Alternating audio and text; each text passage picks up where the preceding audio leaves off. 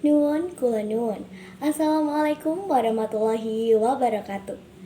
Mugia kesugengan tansah kasarira dumateng kula panjenengan sami.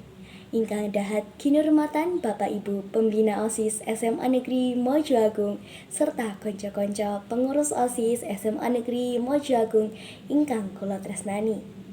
Alhamdulillahirabbil alamin.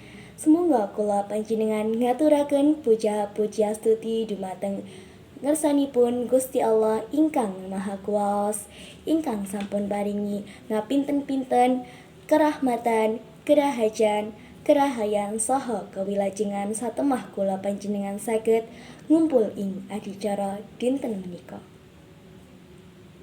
Shalawat saha salam tansah kawiji kasadira kula aturaken dhateng Nabi Agung Muhammad sallallahu alaihi wasallam ingkang dipun antu-antu syafaatipun ing yaumul akhir. Ingkang salajengipun boten supe kula ngaturaken agenging panuwun saha sugeng rawuh dumateng panjenengan sedaya ingkang sampun kersa ngrawuhi adicara dinten menika. Para rawuh minalya ing budi dinten menika kula panjenengan sami ngwontenaken kegiatan rapat rutin anggota OSIS SMA Negeri Mojo Agung rembag babagan kegiatan maulidan ing sekolah.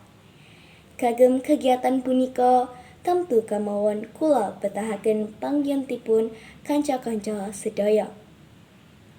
Semangke Bapak Ibu Pembina OSIS badhe paringi daftar panitia kangge acara kasebut, kula nyuwun kanca-kanca kadhepuk saged nglampahi tugasipun kanthi sae.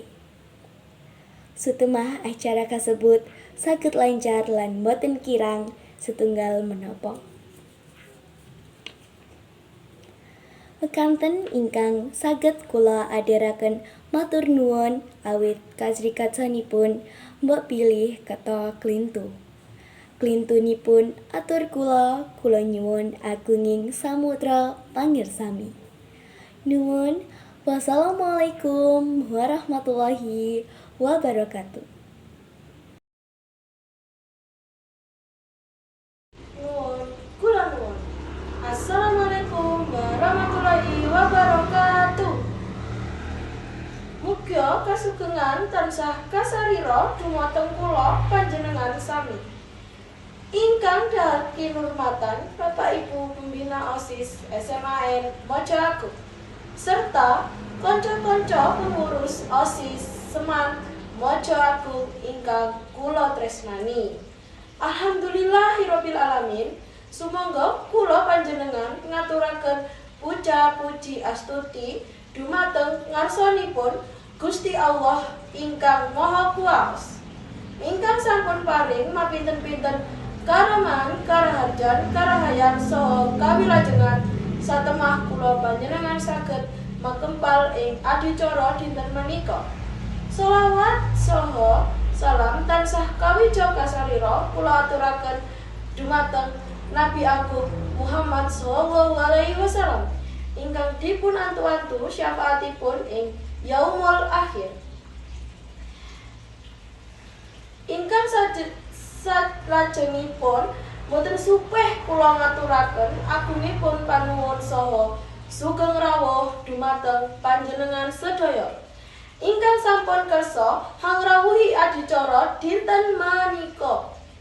Para rawuh ingkang minulya ing budi dinten menika kula panjenengan sami ngawontenaken kegiatan rapat rutin anggota OSIS SMA Mojo Agung ngrembang babagan kegiatan mauludan ing sekolah. Kagem kegiatan punika tamtu kemawon kula betahaken pambiyantunipun kanca-kanca sedaya. Sumangke Bapak Ibu Pembina OSIS badhe paring daftar panitia kangge acara kasebut. Kula nuwun kanca-kanca ingkang kadhapuk saged nglampahi tugasipun kanthi sae sukang sutemah acara tersebut saged lancar lan boten kurang setunggal punapa.